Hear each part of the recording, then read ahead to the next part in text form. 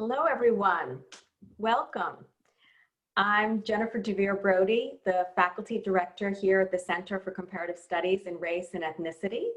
And I'm just thrilled about the conversation we have today with one of our board members, whom I'll be introducing in a moment, as well as two of our wonderful scholars. One is here currently, Professor Hakeem Jefferson, and also Nolan Cabrera, who graduated a number of years ago and is a professor in Arizona. So before we get started, I just want to acknowledge that today is Audre Lorde's birthday, hence my background on Black Disabled Lives Matter, our Black lesbian feminist warrior hero, who also considered herself disabled. And to say that we at the center are looking forward to more of such discussions as those that we're having today with especially our alumni and guests. I want to say that there will be a survey coming out a little later in the session today. And we hope that you will fill it out and give us more ideas for things that you would like to see that we can do to serve you as our cherished community. So before I introduce our moderator, Sheela Subramanian, I'm going to have a land acknowledgement that features two students, former students from the Native American Studies program at Stanford.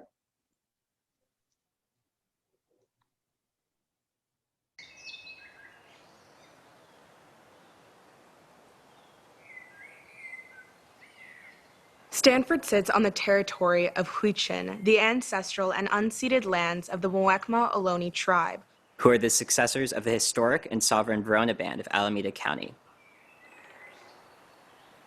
This land was, and continues to be, of great importance to Native people. We recognize that every member of the community has benefited and continues to benefit from the use and occupation of this land. Consistent with our values of community and diversity, we have a responsibility to acknowledge and make visible the university's relationship to Native people.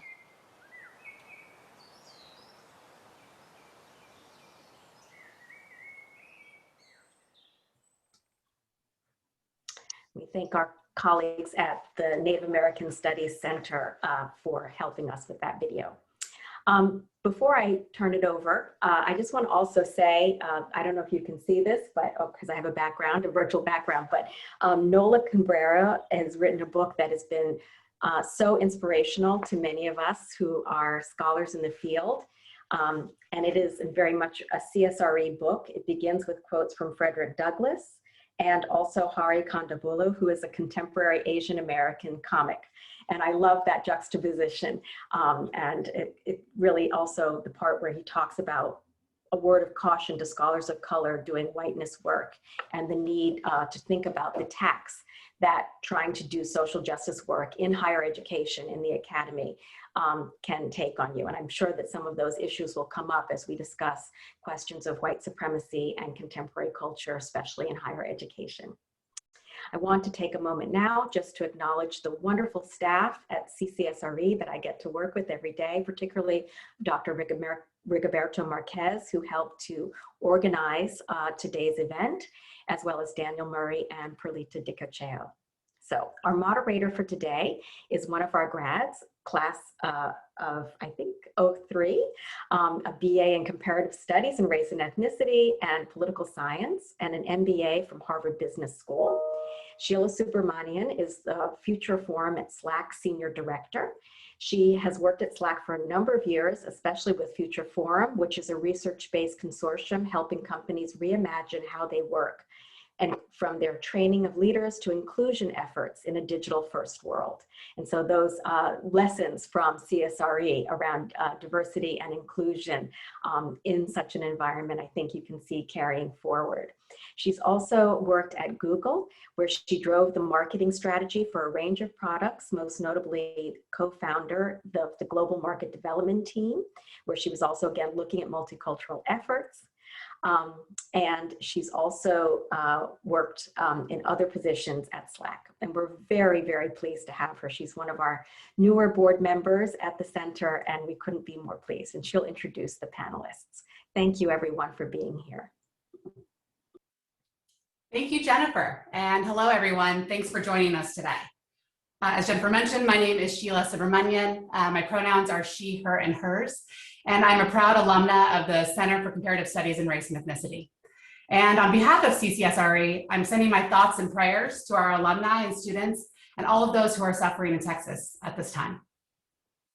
Today, as the first discussion of our Alumni Salon series, I'll be moderating a conversation with Hakeem Jefferson and Nolan Cabrera. We're going to be talking about whiteness, higher education, and the insurrection, and reflect on how we've gotten to this point as a society. Some of the key themes we'll discuss are the role of white supremacy in the insurrection on January 6th, as well as during the recent impeachment hearing, how Stanford and other higher education institutions can play a role in committing to racial equity, and how we can move forward from here. Because this is a virtual salon, I'd love to keep the discussion conversational. So feel free to pipe in with questions as they come. We have dedicated Q&A time toward the end of our session, but if you have questions along the way, feel free to type them in the Zoom chat right at the bottom of your screen, and Rigoberto will call on you.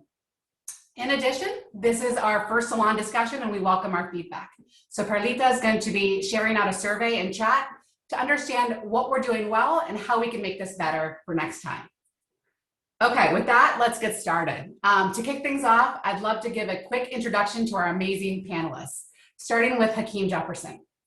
Hakeem is Assistant Professor of Political Science at Stanford University and is also a faculty affiliate with the Center for Comparative Studies in Race and Ethnicity and the Stanford Center for American Democracy.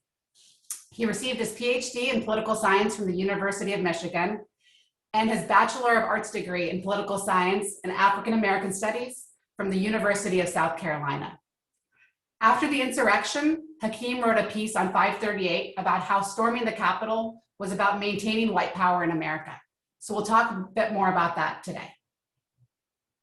Next up, please welcome Nolan Cabrera. Nolan is a professor in the Center for the Study of Higher Education at the University of Arizona. He is a University of Arizona College of Education Erasmus Scholar, Emerging Scholar for the American College Personnel Association, and Faculty Fellow for the American Association for Hispanics in Higher Education. He completed his graduate work at UCLA in Higher Organization and Organizational Change, and he is also an alum of CSRE as he earned his BA from Stanford in 2002. He also has an excellent TED Talk on white immunity that we'll discuss a bit later. I also want to call out that Nolan's dad is in the crowd today, so congratulations, you have a lot to be proud of. Before we kick off the questions, I wanted to give Hakeem and Nolan a chance to introduce themselves and tell us a bit more about their interests and research. So let's start off with you, Hakeem. Tell us a bit more about what you've been focused on. Thanks, Sheila, and thank my colleagues over at the center for the invitation to be a part of this event with Nolan, whom I'm excited to be in conversation with today. So I'll keep this very brief. My interest in political science pertain quite broadly to questions of identity and the way that identity comes to matter and shaping the attitudes and political behaviors of Americans. My work principally focuses on the politics of African Americans, and I'm at work, as we all say, on a book project that thinks about Black people's support for punitive policies that target and affect members of their own racial group. But in other work, I spend a lot of time thinking about the way that white Americans navigate an increasingly vulnerable, at least in the eyes of many white Americans, an increasingly vulnerable racial identity. Thinking a lot about the ways that white folks engage in interpersonal interactions with other outside groups, and the way that these vulnerabilities come to matter in shaping their politics. So I'm eager to talk about a range of those topics today, and I'll toss it over to Nolan. Thank you, Hakeem. I appreciate that. Thank you all for being here. It's beautiful to see all your faces, even in this kind of Muppet Show, little gathering. I love it. So I always had a preoccupation with racism, and really wanted to center that in any of the work that I did, whether it was as an undergraduate, and it was long enough ago, it was CSRE, not CCSRE, but we don't need to say how long ago that was. But even in my work, going to my graduate work, I was working with a lot of people who were doing diversity-oriented work. Now, please keep in mind when I say diversity-oriented, I don't mean to say anything bad about it. It has a really important place, but it doesn't center race, because a lot of the arguments are used in Supreme Court cases around affirmative action, so they don't center race and racial oppression. And so I wanted to know, where's race in higher education scholarship, and a lot of it came from critical race theory, which highlights the racial marginalization of students of color on college campuses. But the problem is that that's only one half of the story. You can't have a marginalization if you don't have an ostensibly marginalizing group. Those two things don't exist. You can't have hot without cold. You can't have up without down. And so they're always relational like that. And so I wanted to look at the flip side of that. And so that's what drew me into the concept of whiteness, and whiteness in college spaces in particular, which is a very long and fancy way of me basically saying I've spent the last 15 years of my life literally talking to white guys on college campuses. But because I don't like, that's not enough controversy for me, I also found myself in Arizona as they were banning Mexican American studies in a highly successful program, which then led me kind of in this weird circuitous way to being one of three expert witnesses in the highest profile federal case in the U.S. history regarding ethnic studies. And then strangely enough, all three of the expert witnesses that helped overturn, basically help demonstrate that the ban on Mexican American studies was unconstitutional on First and 14th Amendment grounds, all three of us were Stanford educated Chicanos. So a little bit of pride through that, but another little 10-year slot to go do that. But that also means that I've been able to be deeply immersed in the renaissance of ethnic studies in K-12 education, and really keep asking that question: what is meaningful ethnic studies? And what, versus say like heroes and holidays and the stuff that never really works effectively. And so also, shameless plug as well, I've got that book coming out, not sure exactly when, but, looking at all the racial politics of Arizona circa 2010 through the trial. Great. Thank you, Nolan. Thank you, Hakeem. Let's just get started with the Q&A. So let's first start off with talking about the insurrection that happened on January 6th. As we all know, on that date, insurrectionists stormed the US Capitol building and disrupted the electoral college process.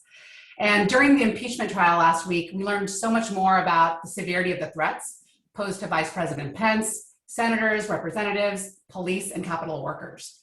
What were your initial thoughts when you saw the footage of the insurrection? And how do you think we got to this dark place in the first place? I'll kick us off, Nolan. Go ahead. So I was literally sitting here in the same chair at my computer, and I had been finishing up a phone call with a colleague at Emory, and my television is off to the side there, and I had it on mute. And so after this call, I look over, and there's this large crowd of white folks, some of whom were beginning to climb the fence or the small fencing, and then you saw folks climbing the Capitol. And so I did, I guess, what many of us in this position would do. I opened my word processing software, and I started writing the piece that was the 538 piece. And so those were my initial thoughts. It's that this is certainly about mis and disinformation that we experience and folks were exposed to throughout the election cycle. So it was certainly about disinformation. It was about, as many of my colleagues would say, about political polarization, the sort of increasing gap between partisans in the US. Democrats and Republicans not only have different beliefs about the world, they increasingly don't like each other. Okay, so it's about disinformation, it's about polarization. But I thought it was important to note that it was also about whiteness and about white supremacy and about the pining for maintenance of white power. And I hope we have many opportunities to unpack some of what this means, but I'll start off by noting that what we observed on January the 6th, from my vantage point as I watched it on the television screen, was only the most violent sort of manifestation of the racial anxieties that white folks increasingly have in the US. And so there, if you pay attention to this sort of thing, you know that there was all of this commentary during the run-up to Trump's election and his victory in 2016 about whether this was about racism or whether it was about economic anxiety.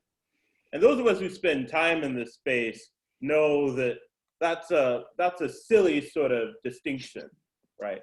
That white folks don't have what people were regarding as economic anxiety without believing that there are these other folks who are doing well. And it's not just doing well economically. There's this perception among some white Americans that Black folks and Latinx folks and others are sort of ascending some hierarchy as they're being left behind. And so what we saw on January the 6th, from my vantage point, was what happens when these sorts of fears and anxieties have been stoked over such a long period of time, when white folks are told that the country is being taken away from them.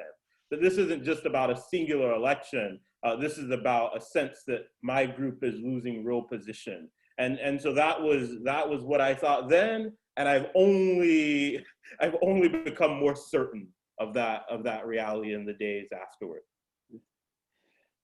This is beautiful. I love how our respective positions and orientations are going to so complement each other in really different ways. Because for me, whiteness is the center of what I do, and so from that perspective, and so we have this wonderful overlap. You and myself, Hakeem, like this, but we come at it from really different angles.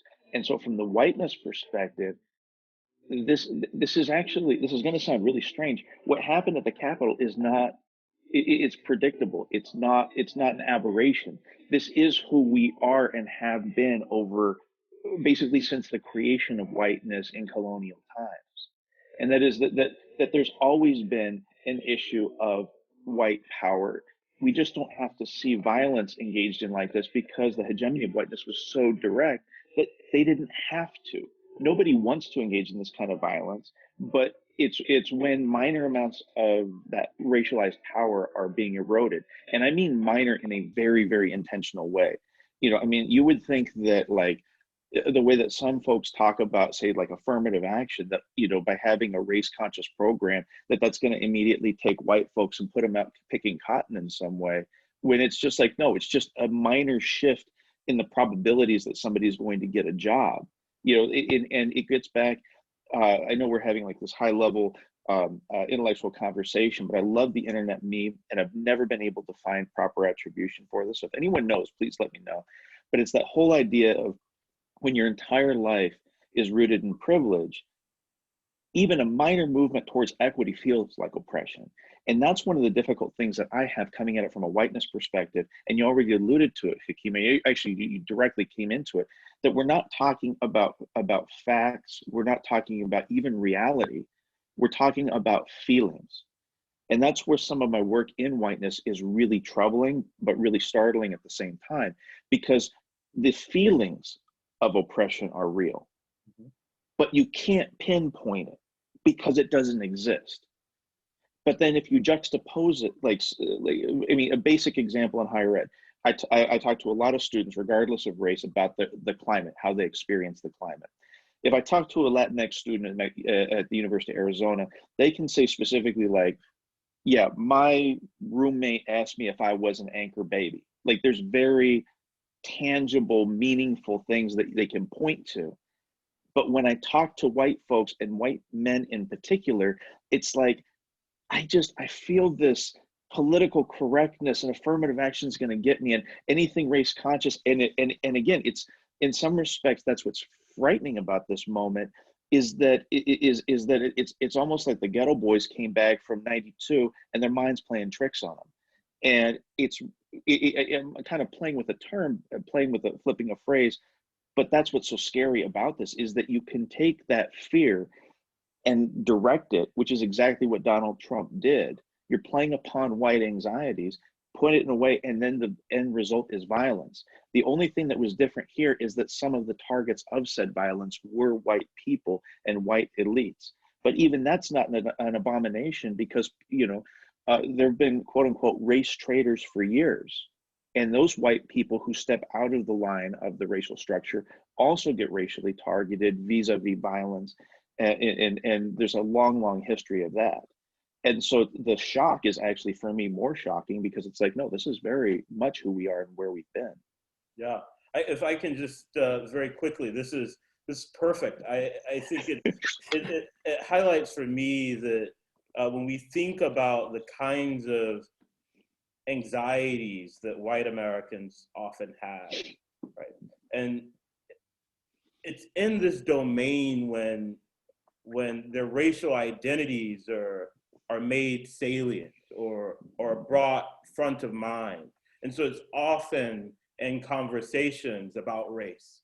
It's Yes. often in interactions where they're reminded, when white folks are reminded of the negative stereotypes that attach to whiteness. Yes. The belief that others outside of the group perceive white people to be racist or entitled or privileged. And it's why it seems silly to many of us that so many white people say, like, being called a racist, right, is such a stain, because it's these sorts of racial vulnerabilities that really manifest and populate in the minds of many white Americans. Yeah, and absolutely. And that gets back to another area that we haven't grappled with in history, and that was in the 1960s.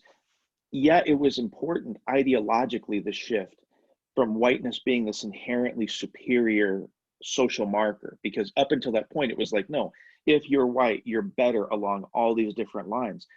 But the dominance of whiteness was rearticulated as normality, against which all other groups are judged. And so that's exactly it, that if you're white, for a lot of these areas, you get to go through it without even considering your whiteness in those spaces, which then leads to exactly what you just said, where you can say, oh, you know, and I hear this a lot. The worst thing you can be called in the world is a racist. And I'm like, I grew up in McMinnville, Oregon. Getting called a beaner on a consistent basis is a much worse thing than, you know, someone saying you are racist. It's conflating the diagnosis with a social problem with the actual social problem itself. Yeah. Nolan, you've spoken about white supremacy and the term white supremacy and how people get uncomfortable by it. And to quote you, you say, like, you feel a tension in that room. You ask people to sit with that tension. Can you tell us more about your thoughts around white immunity and how people can actually do something about that tension today, especially given the state that we're in? Absolutely. So the very first point is that I don't ever I don't ever do my work to cater to white fragility. If that's what I did, I that's all I would ever do. And it's the lowest hanging fruit in terms of working on racial bias. But white supremacy, if we're talking about it from a sociological perspective, is an accurate term in terms of the continuity between the historical colonial structuring of whiteness all the way through the antebellum, through their slavery, through Jim Crow, the civil rights movement, post-civil rights era. Very rarely do people ever challenge me on the accuracy of that term. Occasionally they do, but most of the time they say, you might be losing your audience. And like I said, I appreciate that critique. It's a little patronizing, but I get that. Usually it means you made me feel uncomfortable. And so I kind of decode that. And that's why I say, if you're not critiquing the accuracy of the terminology, then please sit with said terminology and sit with your discomfort, for the precise reason that it is more difficult for folks of color to thrive and survive amidst a white supremacist structure than it is for white folk to feel uncomfortable with the terminology. And the reason why I do that juxtaposition is not as a mechanism of shame, but as a mechanism of opening up a vein of empathy and across racial boundaries. And I mean empathy and not sympathy. I don't have any patience for sympathy, because it's, oh, you poor thing over there. Empathy as in we are all part of one social body. And if there's harm being done to one, there's harm being done to all. And as a consequence of that, we need to take stock of this And because a lot of times that, oh my God, someone called me a racist. Oh my God, there's so much almost borderline white narcissism about this that it neglects to look at the real material effects of racism on communities of color. And so I say sit with it as a mechanism, not to sort of work through white guilt, but as a mechanism of fostering connection with the people who are actually being harmed by this. And that's sort of the intention behind all this work. And also why we haven't seen as much progress as we've been, because so much of the initial stages of white racial awakenings go back to this white racial guilt instead of white racial solidarity, which is where we should be moving.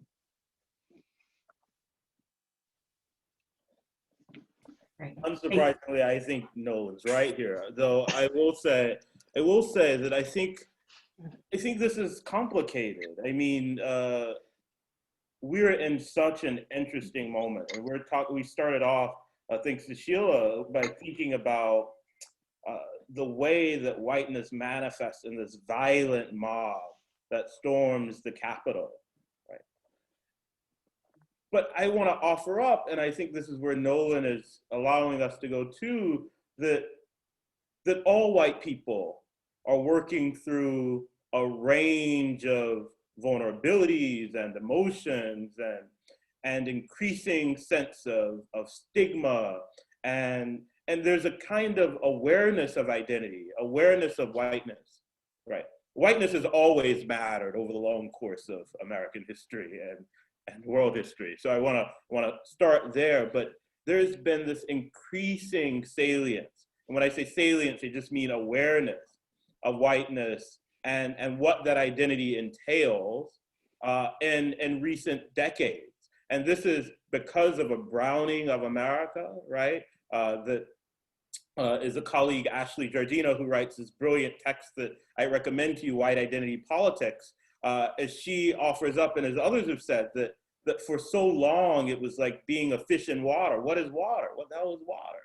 Right? And as the country has changed, as the demographics have changed, and I like the way that Nolan describes it as these small affronts to white power have been realized by white people. Whiteness has become more salient in identity. And so it's not just these violent white folks at the Capitol for whom whiteness matters, right? Whiteness matters for most white people. It matters even for the white people gathered in this chat, right? Think about how you feel, or perhaps how you're feeling, as Nolan and I are walking through this conversation about whiteness, right? Perhaps some of your own racial vulnerabilities, right, you're being forced to confront. And so I just wanted to note there that we, in thinking about whiteness, we should think about the mob, but we should also think about white people more broadly, because it's for white liberals too that whiteness matters. And it's watching that navigation of whiteness and sympathy and guilt and all of that that's worth our consideration too. And that's an interesting point too, because with the rise of the mob at the Capitol, coupled with the rise of like the Proud Boys, Identity Europa, all those different groups, it's very easy for white liberals to point the finger and be like, that's the problem of race right there, instead of looking inside right here. Yeah, this is why I always say when white friends talk about they and them, I say, you're white too. But this is, as a stigma researcher, as one who thinks about the ways that African Americans, for example, navigate a negatively tagged identity, what we observe among white liberals is familiar territory for me. It's a kind of distancing, a disassociation, we might call it, and even attempt at disidentifying. But perhaps what I would offer up, and I think this is what Nolan's saying too, it's really important, right, that white folks remember that they are white, because it allows for the sitting with discomfort, allows for a recognition of privilege, et cetera, et cetera. And so even when it's uncomfortable, it's important to remember for white folks gathered that you're white too, even as your politics are distinct from those of the folks at the Capitol. Thank you. And on that subject, the Biden administration just issued an executive order on racial equity. And I'm curious to understand what your expectations are for acknowledging whiteness in the government, but also doing some work to help dismantle the white supremacist society that we live in today. I'm getting a lot of laughs. Well, no, okay. My expectation of the Biden administration is very minimal. I don't see Biden being empowered, being a potentially transformative moment. But part of the reason why I was steadfast in voting for him and Kamala Harris, in addition to the alternative being horrific, it's sort of, like taking the pressure off of my neck instead of really looking for justice, was also that if you look at his policy stances over, since the last time that he ran for president, he's moved in many directions that I find very positive.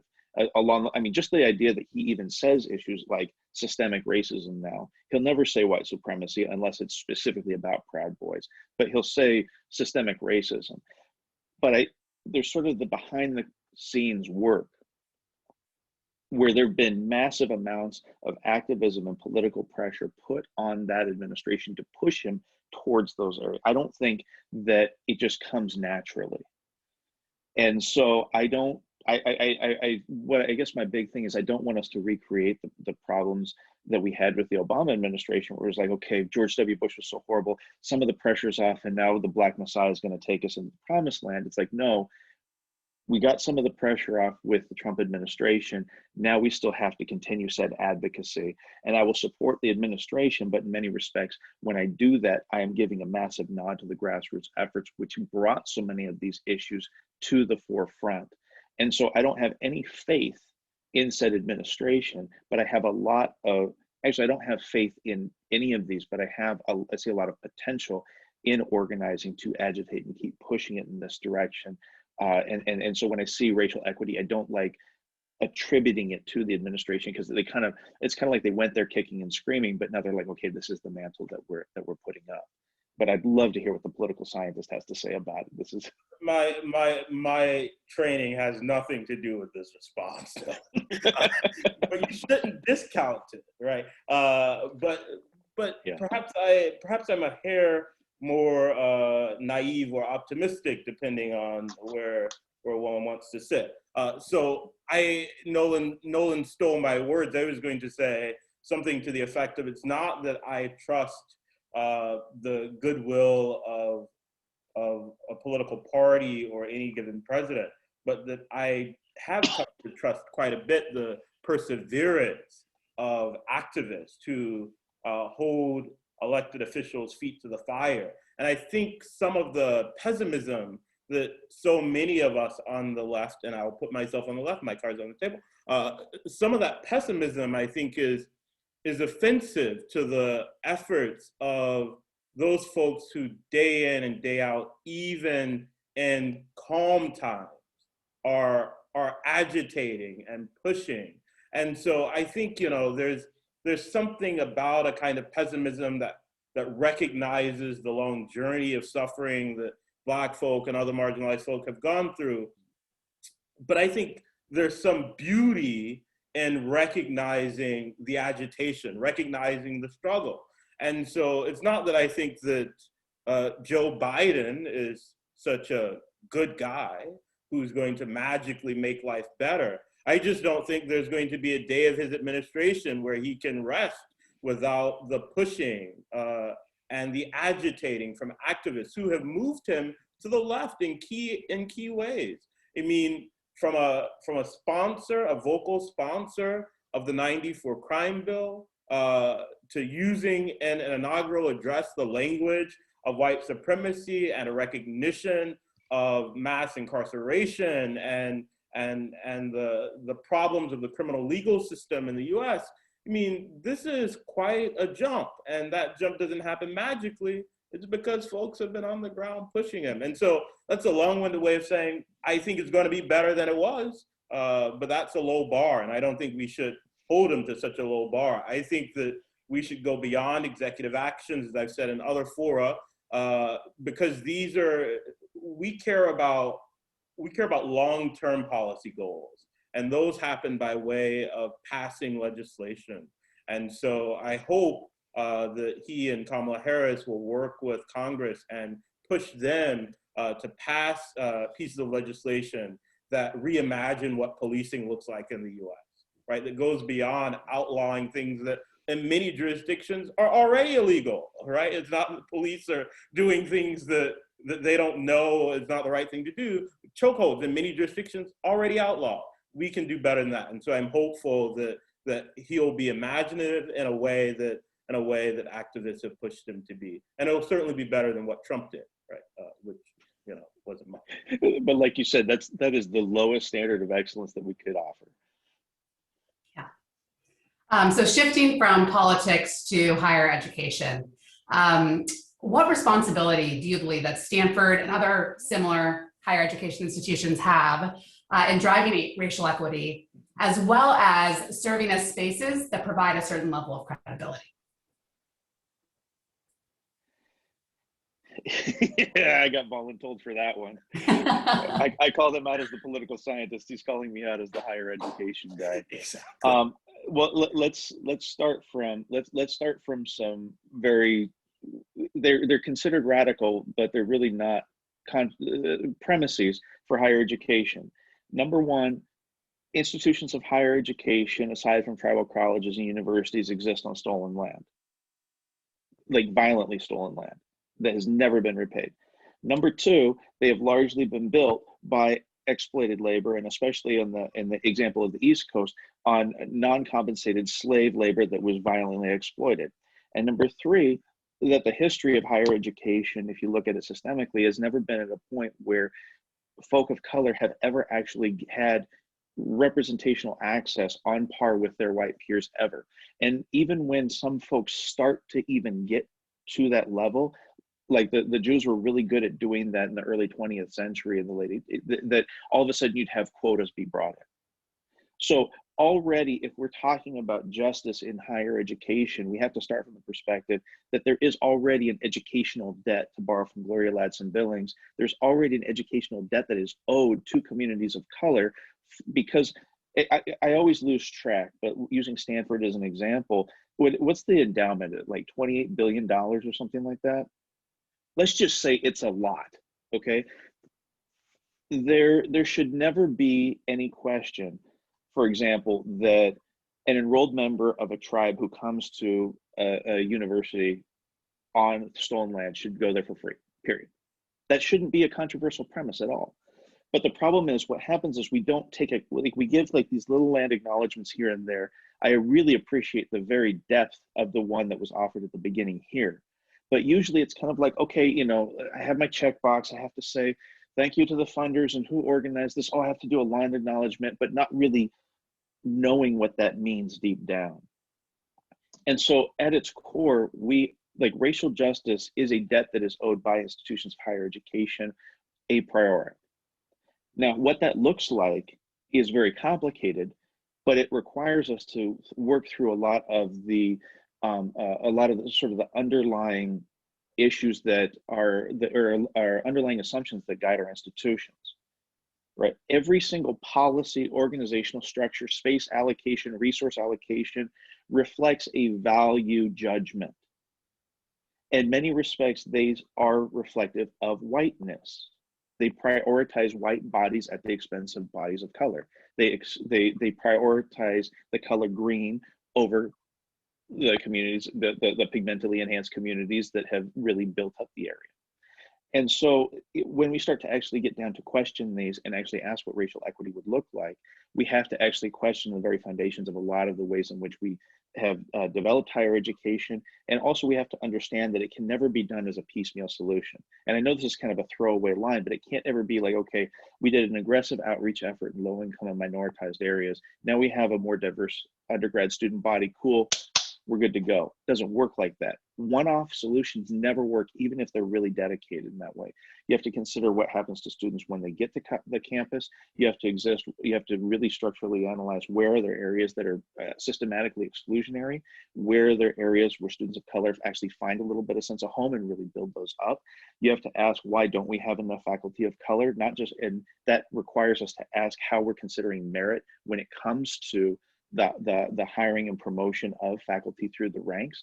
And I still believe in merit and excellence, but the way we've been defining it so narrowly really ends up by default excluding a lot of folk of color from that process. So the point being that it requires a systematic transformation, but that requires assessing the underlying assumptions that guide our institutions in the first place. Yeah, Nolan said a lot, but all of it's right. But maybe I can say it somewhat differently here, that it ought to trouble us, I think, that institutions like Stanford so rarely use the language of justice and talking about its core mission, right? It's not just concerning oneself with the public welfare, which I think is a part of our mission here at Stanford, and certainly was a part of the mission at Michigan. But just imagine what the university would look like if at the core of the decisions that we as a collective community made, was a justice-oriented mission. It would mean that in the midst of an election, we speak out in favor of democracy, right? It would mean that we don't question in a faculty senate whether it benefits one party or the other if we let undergrads have the day off to engage in the political process. Because democracy enhancing policies are just policies, right? Irrespective of who they benefit. A justice-focused mission would require that we speak out in the loudest terms against mis and disinformation about a health crisis that disproportionately burdens communities of color. It would mean that we actively recruit a diverse array of students and faculty to teach them, and that we establish a program that focuses on Black people, their histories and the like. And so a justice-focused orientation would just require that we think about what it is we're doing a bit different, I think, than the way that we're thinking about it now. And for me, that means when I teach, as I will at the end of March, the introduction to American politics, this quarter it's being themed in defense of democracy. And I think sometimes we bend over backward to show some kind of objectivity. And what that means is that we take on some neutral position in the midst of crisis. And that's not what justice looks like. And so that's my approach to what it is we get to do, have the privilege to do. And I would hope that over time, perhaps in this moment, institutions, well-endowed institutions like Stanford would make it more a part of our core mission, to use the language of justice and not see that as being something that shows our hand as partisans, right? But instead shows that we understand the position that we occupy in a world that's in crisis. And I think we have an obligation not only to our students, but as Nolan said, to the communities that surround our institution. Thank you, Nolan. Thank you, Hakeem. We have flown through the last 40 minutes very quickly. And so I want to make sure that we have time to answer questions from the audience. So I'm going to ask Rigoberto if there are any questions that have come in so far. Yeah, there was a question earlier that came in that was asking about the roles of masculinity, particularly around white masculinity in relation to the insurrection. And if you could really talk about how we saw gender, patriarchy, ideas of heteronormativity kind of play out in these spaces. Where do we see the intersections in those senses?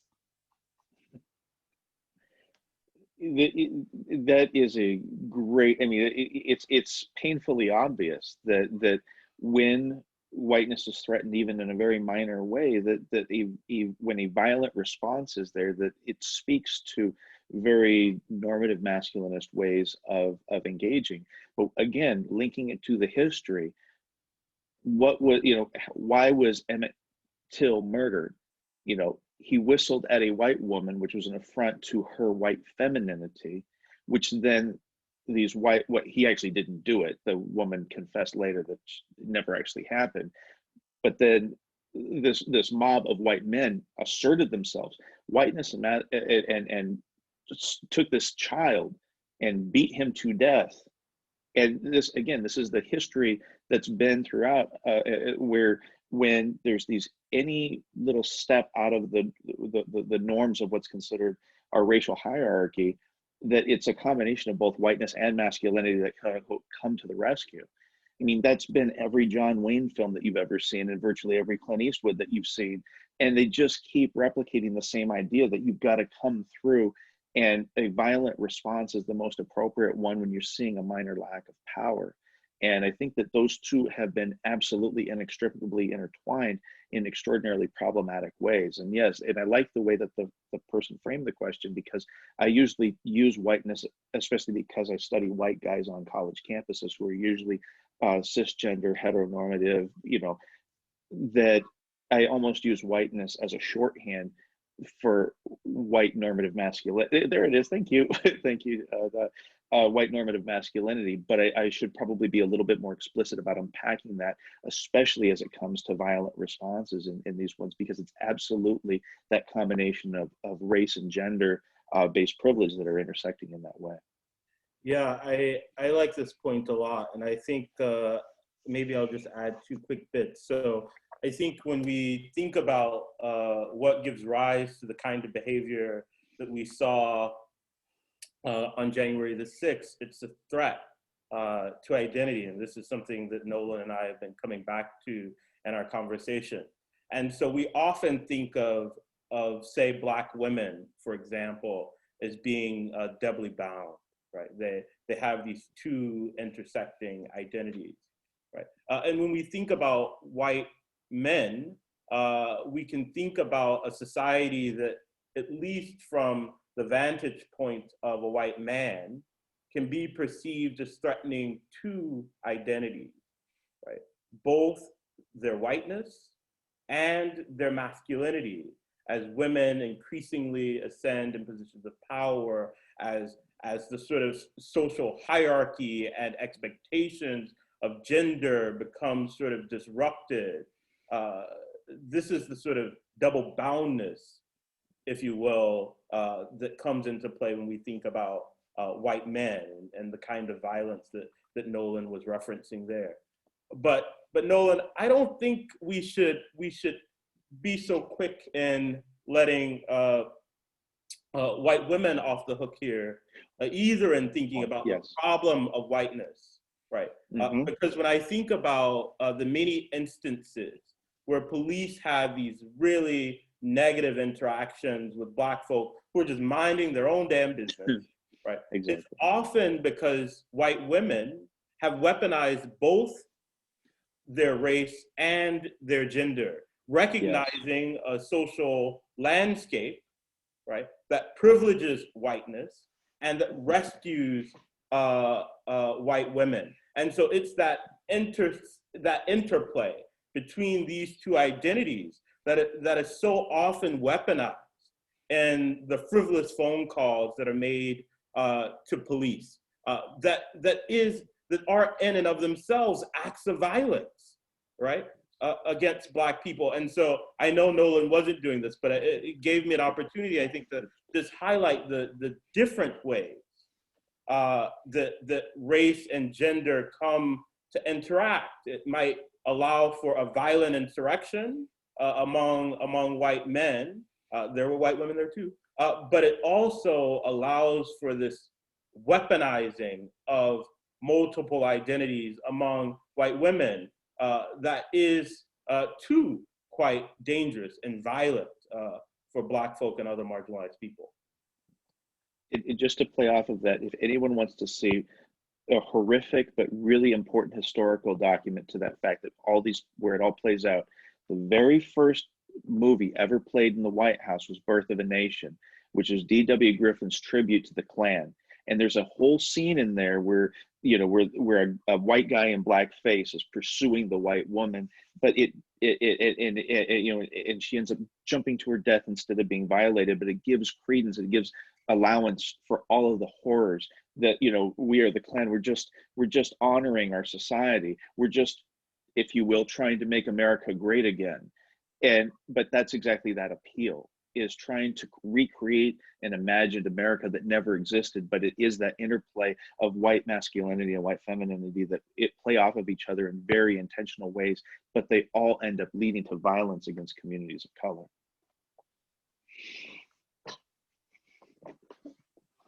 Okay, thank you. And we have about 1 minute left in terms of questions, but I want to make sure that we answer the question.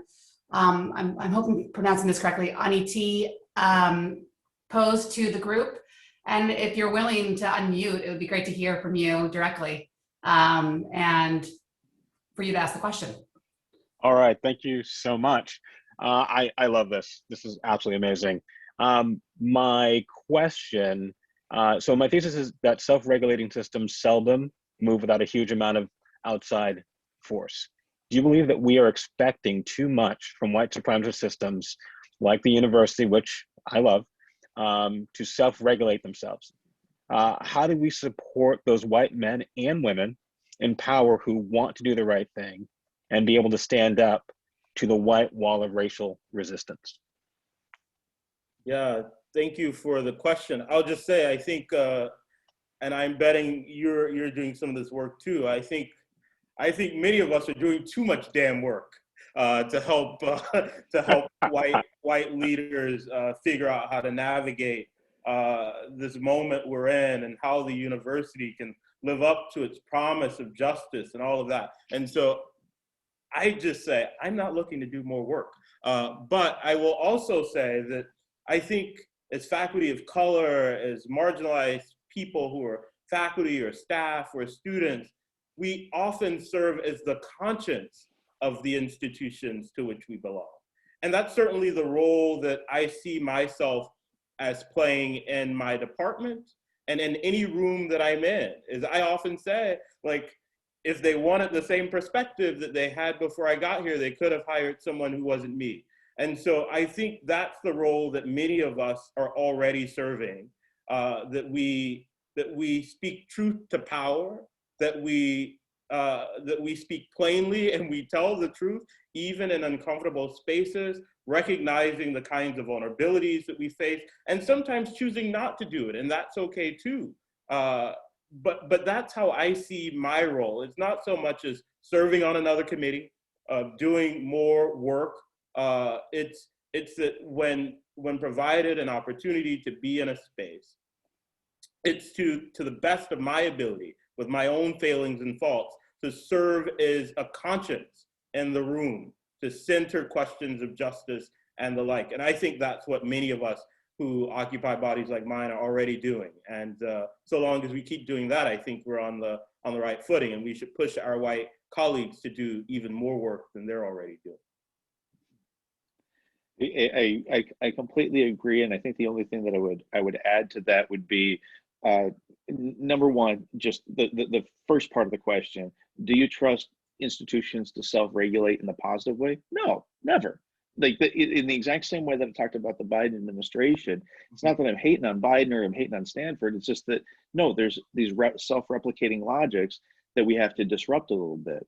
But the problem is the disruption makes people feel very uncomfortable. So right now, I'm a proud graduate of CCSRE, but you have to remember that it had barely come into existence by the time that I started at the institution, because if you all can see behind Roberto, it was the folks who made a dedicated effort and went on hunger strike to agitate. and hold the institution's feet to the fire that allowed for for people to say, oh my gosh, this is not working. We need to do things in a different way. We have to create something in a different way. We're not sure how, but we're going to do it. And over the course of the last 25 years, this beautiful flower has blossomed in the process. But it's not just that it's like, oh, well, we have, another set of offices over in engineering and Terman or something that was bequeathed by some Silicon Valley billionaires. This was ethnic studies and racial justice frequently only occur as a result of the agitation that has been done by dedicated communities of color and largely dedicated students of color. Exactly. And so faith, absolutely not. I have a lot of faith in the people to do this work and to collectively agitate to create the cracks in the walls of what. There we go. Thank you. Not that I don't love your smiling face, but that's a beautiful picture. And the overall point being that, there was a beautiful quote by Frederick Douglass where he said, because everyone knows about power concedes nothing without a demand. It never has, and never will. What people forget is in that same paragraph, he said, those who profess to favor justice, yet depreciate agitation, are men who want crops without plowing the soil. They want the ocean without its horrible roars. There's always a disruption that occurs as a result of actually trying to focus on freedom and democracy that a lot of people are not willing to get. And so they prioritize social tranquility for the dominant elite over what we would consider justice. And so that's why it's so important to honor these historical efforts and realize that what we're dealing with right now didn't just pop out of nowhere, but it came as a result of struggle, and it's our collective responsibility to honor said struggle. Amen. Yeah. Thank you. And with that, it's crazy to think that we're at time. And so I want to thank you, Nolan and Hakeem, for the rich conversation today. The last hour just flew by. And to all of you who joined today, thank you for being part of this conversation.